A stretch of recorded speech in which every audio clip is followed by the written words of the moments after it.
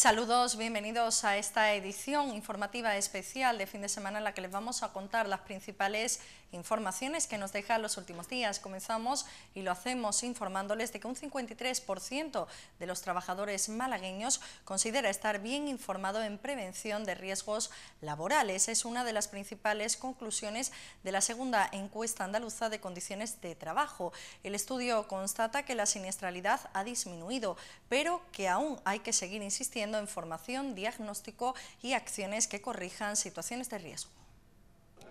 Casi la mitad de los trabajadores malagueños, un 48%, ha recibido en los 2 últimos años información o formación sobre riesgos laborales asociados a su puesto de trabajo. Es una de las principales conclusiones que arroja la segunda encuesta andaluza de condiciones de trabajo.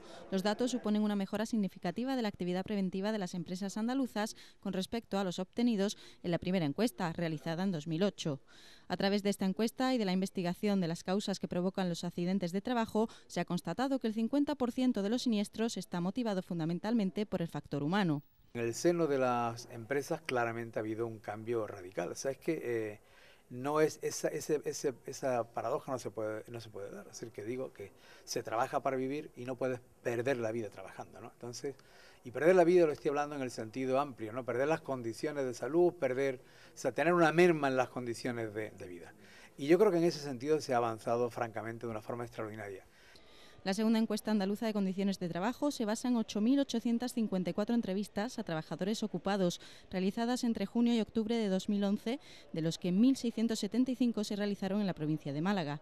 Entre los resultados destacables de este estudio, la principal causa de accidentes laborales, apuntada por un 25,8% de los trabajadores malagueños, fueron los golpes, mientras que la segunda fue la existencia de aberturas, escaleras o plataformas, seguida de cortes y pinchazos y las caídas desde altura.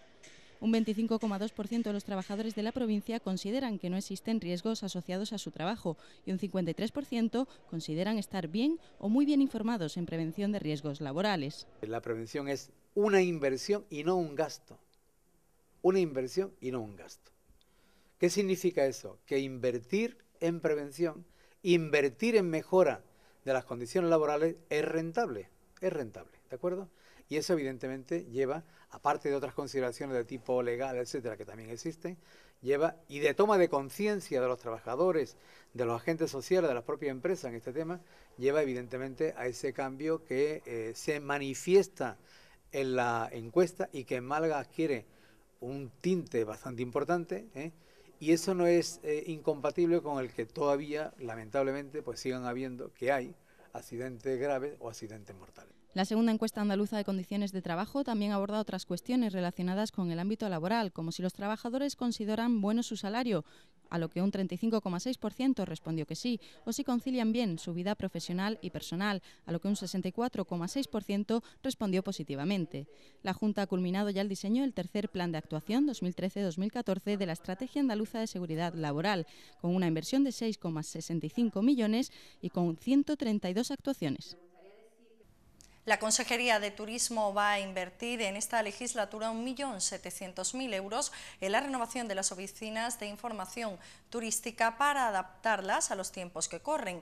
Entre las novedades destaca la idea de la Junta de consensuar con ayuntamientos y con diputaciones la unificación de estas oficinas por provincia. Antes de explicar en qué consiste el nuevo plan estratégico para las oficinas de información turística, el consejero de Turismo ha señalado que durante el puente de mayo la región ha alcanzado un nivel de ocupación hotelera del 70%, dato que señala la importancia del sector para la economía andaluza. Para seguir en este nivel, la Consejería considera que las oficinas de atención turística deben estar en sintonía con los cambios que se están dando a nivel mundial por la fuerte implantación de las nuevas tecnologías y el auge de las redes sociales en la planificación turística que está modificando los hábitos de los viajeros. De hecho, el plan pretende adaptarse a las nuevas necesidades con la introducción de todos los soportes tecnológicos en estos centros. Todas las oficinas contarán con una red Wi-Fi o con una red Bluetooth para posibilitar que se realice cualquier tipo de actuación con el uso de las nuevas tecnologías, vía email, vía móvil, etcétera. Y además se incorporarán en las oficinas todas las aplicaciones móviles para diferentes plataformas. Por lo tanto, serán oficinas modernas al servicio de las demandas de un visitante cada vez más exigente y cada vez más familiarizado con las nuevas tecnologías.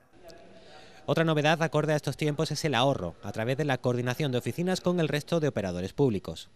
Es absurdo que en un mismo ámbito geográfico existan oficinas de información turística de la Junta de Andalucía, del Ayuntamiento o de la Diputación Provincial, ofertando el mismo servicio, a veces con las mismas carencias, provocado fundamentalmente por el horario de apertura o por los propios recursos disponibles.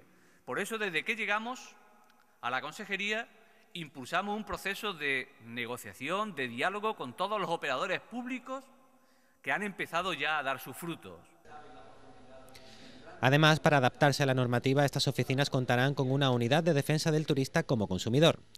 La Consejería pretende invertir en esta legislatura 1.700.000 euros en este plan estratégico. Por último, el consejero ha señalado, a modo de balance, en este año de gestión, el apoyo al pequeño comercio turístico. Rafael Rodríguez, además, anuncia inversiones. Estamos a punto de poner en torno a 10 millones de euros en línea de subvenciones para apoyar al pequeño comercio y a la pequeña empresa turística. Y vamos también a poner de aquí a junio en torno a 50 millones de euros en créditos reintegrables, también para apoyar a la pequeña empresa turística y a la pequeña empresa de comercio. El Partido Popular ha criticado el decreto de la Junta de Andalucía contra la exclusión social, que va a suponer la inversión de más de 10 millones de euros en contratos de corta duración en la provincia de Málaga. Los populares consideran la medida cortoplacista y parecida al plan del gobierno de Zapatero. Abogan por medidas a medio y a largo plazo. El PP malagueño ha vuelto a sacar a la palestra el plan E de Zapatero y recuerdan un reciente informe que cifra el 70% de estas inversiones hechas en empleo por los socialistas innecesarias. Lo comparan con el decreto contra la exclusión social que ha aprobado la Junta de Andalucía, que va a significar la inversión de algo más de 10 millones de euros en los distintos municipios de la provincia para contratar desempleados no más de 3 meses con salarios de 1.000 euros en los pueblos malagueños. Los populares señalan que este dinero sale del recorte a estos ayuntamientos de algo más de 11 millones de euros que deberían haber recibido por ley del Patrica, de las arcas autonómicas. Hay un desfase de más de 800.000 euros. Nos preguntamos además qué pasa con el resto, con esos 800.000 euros, y además, bueno, pues con el problema añadido que ese dinero que lo han dejado de recibir los ayuntamientos, además lo van a tener que adelantar. Los populares no rechazan este plan, simplemente critican la poca efectividad que tendrá esta medida y abogan por otras a medio y largo plazo que verdaderamente creen riqueza en los municipios. Además, consideran que no se debería haber recortado a los ayuntamientos en transferencia de capital. Lo que nos preguntamos desde el Partido Popular es si no tiene la Junta de Andalucía 11 millones de euros de recursos extraordinarios, como han buscado otras administraciones, para sufragar este plan de exclusión social. Si se desmontase una pequeñísima parte de esa estructura que ya conocen y que se llama la administración paralela, quizás sería mucho más fácil asumirlo sin más problemas. Por su parte, la Junta se defiende y señala que la reforma de la administración local, es decir, de los ayuntamientos, llevada a cabo por el gobierno de Mariano Rajoy, supone un tijeretazo de 7.129 millones de euros. Izquierda Unida ha recogido esta semana centenares de firmas que presentará en la subdelegación del Gobierno para pedir que se suprima el requisito de la presentación de las peonadas para obtener el subsidio agrario. Además, solicitarán al Gobierno central que cree un plan especial de empleo para los trabajadores del campo.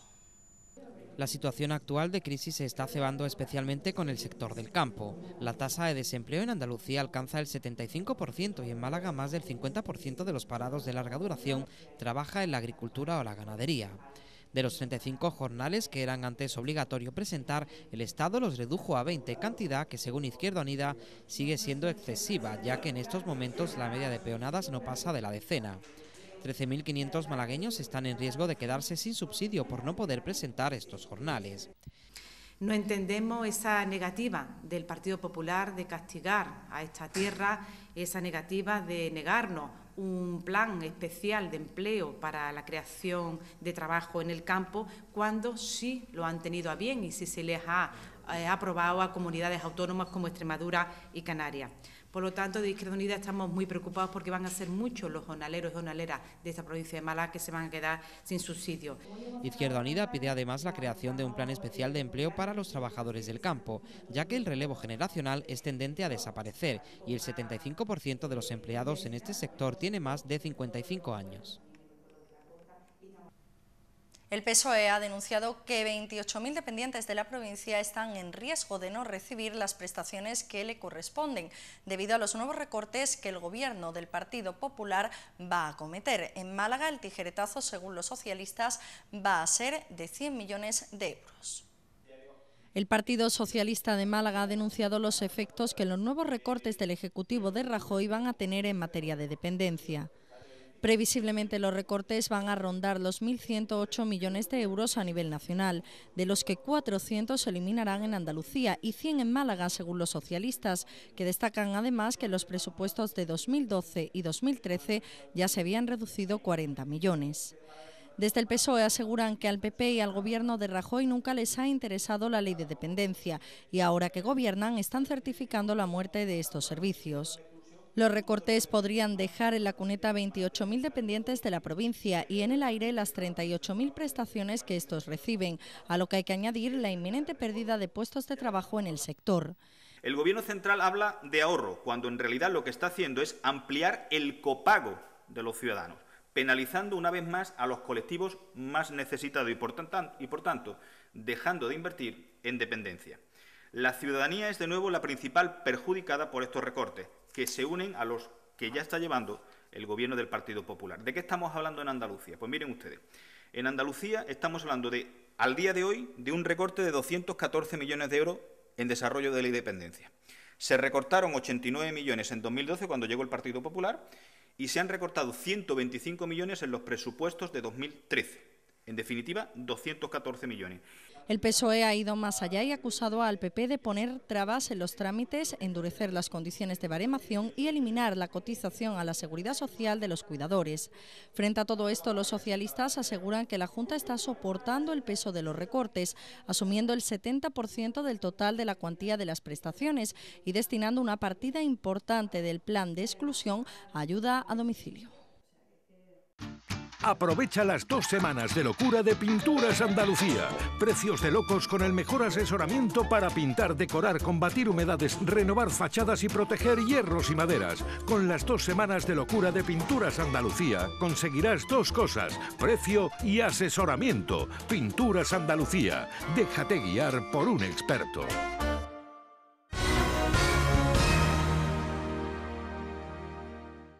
Su Majestad la Reina Doña Sofía ha presidido los actos de conmemoración del Día Internacional de Cruz Roja y de la Media Luna Roja que se han celebrado en Málaga. La UMA y la Unidad de Trasplantes Renales del Hospital Carlos Saya, entre otros, han recibido la medalla de oro de la organización. Con motivo del Día Internacional de la Cruz Roja y de la Media Luna Roja, la organización ha entregado su máxima distinción a personas y entidades que hacen posible la labor humanitaria y de ayuda a los demás en todo el mundo, en un acto presidido por Su Majestad la Reina Doña Sofía, celebrado en el Palacio de Ferias y Congresos de la capital. En el ámbito malagueño han sido distinguidos la Unidad de Trasplante Renal del Hospital Carlos Saya y la UMA en una ceremonia en la que se ha puesto de relieve también la labor de la Cruz Roja de Portugal, Senegal o Cádiz y la entrega de fundaciones como la de Alicia Koplovit, que lucha para mejorar la situación de personas en riesgo de exclusión social. Las severas dificultades que sufren muchas familias españolas demandan una acción coordinada y compartida por todos los sectores de nuestra sociedad para dar satisfacción a sus necesidades vitales más urgentes, pero también para habilitar propuestas integradoras que sean capaces de crear empleo y progreso. En su discurso, Su Majestad ha aprovechado para reconocer el sacrificio y la entrega de todos los voluntarios que hacen posible la labor de la organización y que más que nunca son necesarios para el conjunto de nuestra sociedad, en la que la grave crisis económica está haciendo estragos. La crisis también ha estado presente en el centro de los discursos del presidente de la Cruz Roja de España, de la ministra competente, de la consejera de Salud y del alcalde de Málaga. Cruz Roja tiene por delante un nuevo reto: combatir los efectos del paro y de la situación económica de nuestro país. La Junta de Andalucía apuesta por las personas y no por las cifras. Con esta frase, el representante de la Administración Autonómica en Málaga definía el primer año de legislatura de este Gobierno. Medidas como el decreto contra la exclusión social o también el de vivienda así lo avalan. Satisfacción en este primer año de legislatura por las medidas impulsadas por el Gobierno andaluz. Ruiz Espejo ha hecho hincapié en el esfuerzo realizado por la Junta para mantener todos los servicios públicos pese a los recortes del central o por promover leyes y normas dirigidas a las personas y no en exclusiva a sufragar el déficit. El decreto contra la exclusión social o el decreto para la función social de la vivienda avalarían esta otra forma de hacer política. Ambos decretos han supuesto una apuesta clara de la Junta de Andalucía por otra forma distinta de hacer política y una demostración de que es posible hacer otra política distinta a la de los recortes y, como bien dijo el presidente Griñán, otra política diferente a la de la dictadura de la austeridad. Ruiz Espejo ha asegurado que en Málaga la Junta ha preservado, pese a los recortes, todos los servicios públicos. No hemos tenido que realizar ni un solo cierre de centros de salud, hospitales o educativos, en momentos en que otras comunidades autónomas están privatizando servicios públicos. Quiero destacar este aspecto porque nosotros nos negamos a privatizar servicios. Por capítulos, el Gobierno andaluz habría invertido en lo que llevamos de legislatura más de 10 millones para dependencia, 500 millones para políticas de estímulo al empleo, 82 millones para incrementar los fondos destinados a los municipios de la provincia o más de 50 millones para apoyar a las empresas del sector turístico, entre otras partidas. Además, el delegado provincial ha destacado la respuesta coordinada y eficaz de la Junta en situaciones extraordinarias, como el incendio de Barranco Blanco, en el que se han invertido en torno a 1 millón de euros, o las inundaciones del pasado otoño, cuyas obras, sufragadas con 10 millones de euros, ya están ejecutadas al 97%. Sobre el metro, Ruiz Espejo, ceñido al guión y sin mencionar en ningún momento el término en superficie, solo ha aportado una cifra, 90 millones presupuestados este año, y una reflexión. La Junta está actuando con responsabilidad ante la situación económica. El Consejo de Ministros de esta semana ha pospuesto la aprobación de la nueva Ley de Educación, aunque eso sí, el Gobierno ha afirmado que los elementos fundamentales de la reforma están cerrados y que el texto se aprobará durante este mes de mayo. El pasado jueves hubo huelga en el sector de la educación. Esta sería la séptima reforma educativa que llevaría a cabo el Gobierno en democracia, que según todos los colectivos y partidos, excepto el Partido Popular, significa volver 40 años atrás. La plataforma andaluza en defensa por la educación pública, formada por confederaciones de padres y madres, estudiantes, docentes y sindicatos, protestan por los recortes que el gobierno de Mariano Rajoy está llevando a cabo en materia educativa. Hay que luchar contra la LOMCE, contra los recortes que estamos padeciendo y para que no se carguen a la escuela pública. Tiene un contenido ideológico y que ese contenido ideológico lo que pretende básicamente es una educación elitista, adoctrinadora, segregadora, clásica, y su fin es el desprestigio de lo público y el de los trabajadores que la desarrollan. Con respecto al alumnado, significa una potenciación del camino estrecho que le lleva a la universidad, ¿no? No se puede hacer pagar a los ciudadanos las deudas que son de otros. No se puede hacer pagar a los ciudadanos con la salud o con la educación las deudas que han sido generadas por la banca y por los banqueros. Eso es una auténtica barbaridad y en el caso concreto de la educación, la investigación y la universidad no se puede hacer pagar con eso porque eso es el futuro y si nos estamos cargando el futuro, estamos condicionando el futuro de este país para muchos años. La LOMCE, siglas de esta reforma educativa, daría cobertura legal a estos recortes y además se eliminarían instrumentos eficaces para mejorar el fracaso escolar y se volvería a implantar el sistema de reválidas, lo que otorgaría mayor poder a las direcciones de los centros y mermaría las posibilidades de los estudiantes en el acceso a la universidad. Durante la jornada de este jueves, el seguimiento por parte del alumnado ha sido bastante amplio, situándose por encima del 70% en la educación secundaria y más allá del 50% en primaria. La implicación del sector docente ha superado el 21%. Estos son datos de la Junta de Andalucía. Por su parte, los sindicatos aluden a una participación del 52% de los docentes del ámbito de la enseñanza pública no universitaria, mientras que en lo referido al paro académico, el seguimiento entre los alumnos de secundaria habría sido de un 80% y en primaria de un 43%. Los sindicatos critican además la actuación de la subdelegación del Gobierno por cambiar el itinerario habitual de este tipo de protestas, ya que se les ha prohibido el paso por la Alameda y organismos oficiales.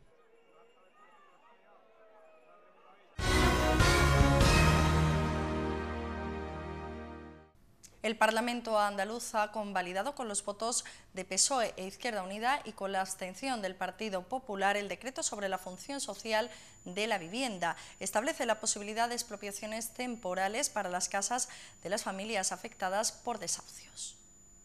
La titular de la Consejería de Vivienda, Elena Cortés, de Izquierda Unida, afirma que este es un primer paso y que desde la Junta se seguirá trabajando contra los desahucios. Este decreto ley persigue, lo he repetido hasta la saciedad, el interés general, poner la política al servicio de la mayoría social. Sí se puede y además se debe. Con este decreto Andalucía ha dado un paso al frente, ha dicho basta, ha puesto la política de vivienda al servicio de cumplir con el derecho humano que es la vivienda y abordar desde nuestras competencias el drama y la injusticia social que han supuesto y que van a seguir suponiendo los desahucios de la vivienda habitual y permanente. Este decreto, que se tramitará ahora como proyecto de ley, permitirá a todos los grupos políticos incorporar mejoras para defender el derecho a la vivienda de los andaluces. La Comisión Europea quiere más detalles acerca de los planes de Andalucía para expropiar temporalmente pisos a la banca, ya que duda de que esta práctica sea compatible con los compromisos adquiridos por España para recibir la ayuda financiera europea. Y mientras Bruselas sigue estudiando este decreto, el presidente de la Junta de Andalucía, José Antonio Griñán, ha vuelto a defender la iniciativa. La Comisión Europea traslada su preocupación por la iniciativa del Gobierno regional sobre expropiaciones temporales de pisos a las entidades financieras, desalojos o el establecimiento de sanciones a las casas vacías. Bruselas plantea que estas propuestas pueden chocar con los compromisos adquiridos por España para que recibiera fondos de sus socios con los que rescatar su sistema financiero. Por ello pide más información sobre estas medidas con el fin de evaluar si son compatibles con los acuerdos, al tiempo que lamenta el riesgo de estas iniciativas para la banca en un momento en el que España está haciendo esfuerzos para lograr la estabilidad de su sistema financiero. El Gobierno de la Junta aprobó un decreto el pasado día 12 de abril que permite las expropiaciones temporales de viviendas desocupadas, propiedad de bancos u otras empresas, que no sean residencias dedicadas a usos turísticos u ocasionales, con la intención de evitar los desalojos de familias que no pueden pagar sus hipotecas. Por su parte, el jefe de Gobierno andaluz no ha tardado en contestar a Bruselas asegurando que tanto el decreto sobre la vivienda como el de lucha contra la exclusión social buscan paliar la incidencia de la crisis sobre una población activa fuertemente endeudada. Si eso no se puede hacer, porque las condiciones que se imponen para el rescate de la banca lo impiden, yo creo que hay que hacer dos cosas. La primera, que el presidente del Gobierno de una vez nos diga si hubo condiciones o no, porque nos dijo que no. Y segundo, plantearnos si merece la pena todo esto. La polémica aprobación definitiva de la modificación de la Ley de Costas va a permitir regularizar las tradicionales casas de pescadores levantadas hace décadas en las barriadas del Palo y de Pedregalejo. Una buena noticia para los vecinos de la zona que llevan esta reivindicación desde hace años. La polémica aprobación definitiva de la modificación de la Ley de Costas va a permitir regularizar las tradicionales casas de pescadores levantadas hace décadas en las barriadas de Pedregalejo y El Palo. A partir de ahora, los vecinos de las aproximadamente 400 viviendas de la zona serán reconocidos como propietarios e incluso podrán vender sus casas. El Congreso ha aprobado de forma definitiva la reforma de la Ley de Costas de 1988 con los votos del Partido Popular, la abstención de CiU y el voto en contra del resto de la oposición a la mayoría de las enmiendas. Se trata de una ley que, según el Gobierno, evitará barbaridades urbanísticas y fomentará la protección medioambiental y la sostenibilidad. Es una ley potente para evitar las barbaridades urbanísticas que hasta el momento, pues desgraciadamente, ha habido en el litoral. ¿Por qué? Porque hay una suspensión que es rapidísima en el momento de que se detecte alguna actuación de forma irregular en la costa de Andalucía y de España. Y por tanto nos parece la ley adecuada, que evita que desaparezcan 4.604 viviendas y 970 instalaciones turísticas en nuestro litoral andaluz y que por tanto preserva 30.000 empleos directos en Andalucía y 350 millones de euros que genera este sector en la costa. Málaga es una de las provincias más afectadas por esta ley. 1.242 viviendas se beneficiarán, entre otros aspectos, por constituir un núcleo de población y haber sido construidas antes de 1988. Esta ley establece además una servidumbre para algunas edificaciones, ya sean viviendas u hoteles edificadas antes de esa fecha. Otro aspecto que contempla es que las viviendas situadas en zona de servidumbre podrán ser rehabilitadas. En concreto, en la provincia malagueña están en esta situación 3.042. En cuanto a instalaciones comerciales, en la provincia se mantendrán 395 chiringuitos y 81 hoteles.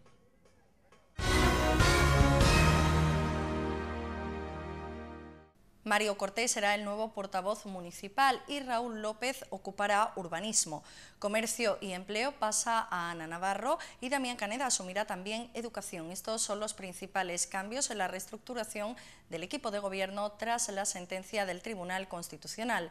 Briones deja la política y Maldonado y Molina serán recolocados como coordinador general y directora de área respectivamente. El equipo de gobierno del Ayuntamiento de Málaga vuelve a experimentar cambios motivados por la sentencia del Tribunal Constitucional que impide a los delegados no electos formar parte de gobiernos municipales. En el caso del Ayuntamiento de Málaga, el fallo afectaba a Diego Maldonado, Miguel Briones y Esther Molina, que cesan de sus cargos actuales. Maldonado seguirá vinculado a la misma área que dirigía hasta hoy, eso sí, con otro cargo, como coordinador general de Urbanismo y Vivienda. El concejal responsable será Raúl López, que sumará Urbanismo y Vivienda al área de movilidad de la que ya se encarga. Yo creo que es una solución que nos permite sumar esfuerzo, aprovechar también una sinergia de dos áreas que han trabajado muy coordinadas en este tiempo y que de esta manera siguen con esa coordinación y con ese deseo de servir lo mejor posible a las necesidades de la ciudad. Por su parte, Esther Molina volverá a su antiguo puesto de directora general de Comercio y Empleo, integrado en la Concejalía de Medio Ambiente. Su cartera será ocupada por la hasta ahora concejala de Medio Ambiente, Ana Navarro. Pensamos que de esta forma hay una continuidad desde el punto de vista de una persona experimentada en estas cuestiones, con sensibilidad en materia empresarial, de empleo, de emprendimiento, con inquietudes en esta tarea, y donde se integraría en esa área Esther Molina, que fue antes directora general, pues se integraría como directora general dentro de esa área. Sería la dirección general del área a cargo de Esther Molina. A su vez, el alcalde ha nombrado a Raúl Jiménez, que mantiene el distrito de Carretera de Cádiz, como nuevo concejal de Medio Ambiente, salvo la gestión de Parciamasa, que seguirá bajo la responsabilidad de Navarro. Miguel Briones, por su parte, ha decidido retomar su actividad profesional como inspector de educación. Miguel Briones me ha manifestado su deseo de incorporarse a la inspección de educación como responsable. Yo le he agradecido, y lo hago públicamente, su trabajo, su entrega, no solamente en esta legislatura, sino en la anterior, y estoy realmente muy satisfecho de su buen trabajo y de su tarea, desde la experiencia suya profesional y en concreto en estos últimos años, donde ha podido en educación dedicar más tiempo todavía y donde se ha puesto en marcha un distrito nuevo con todos los problemas que tiene, pero no olvidemos su trabajo en la legislatura anterior, ¿no? Las responsabilidades de Briones en educación volverán al área de cultura, con lo que será Damián Caneda quien adhiera estas cuestiones al área de turismo, cultura y deporte. Por otra parte, el distrito de Teatinos y Universidad pasa a manos de Gema del Corral, que también continuará como responsable del distrito centro. Sorpresa en cuanto a la portavocía, que asumirá Mario Cortés, concejal responsable de nuevas tecnologías. El alcalde ha elogiado su trabajo, su conocimiento de los asuntos del gobierno municipal y la extraordinaria comunicación que mantiene con el resto de las áreas, motivos por los que será en breve la voz del equipo de gobierno. Si no se publicara antes la sentencia, todos estos cambios se harían efectivos a partir del 18 de mayo, de manera que los 3 delegados no electos puedan terminar de cumplir las agendas programadas previamente. De la Torre ha asegurado que Diego Maldonado y Esther Molina conservarán sus retribuciones actuales, aunque en muchos casos, ha recordado, los coordinadores o directores de áreas cobran por encima del concejal. Pues estas son las noticias más importantes que nos deja la semana. Recuerden, nosotros volvemos con más información el próximo lunes. Hasta entonces, que disfruten el fin de semana.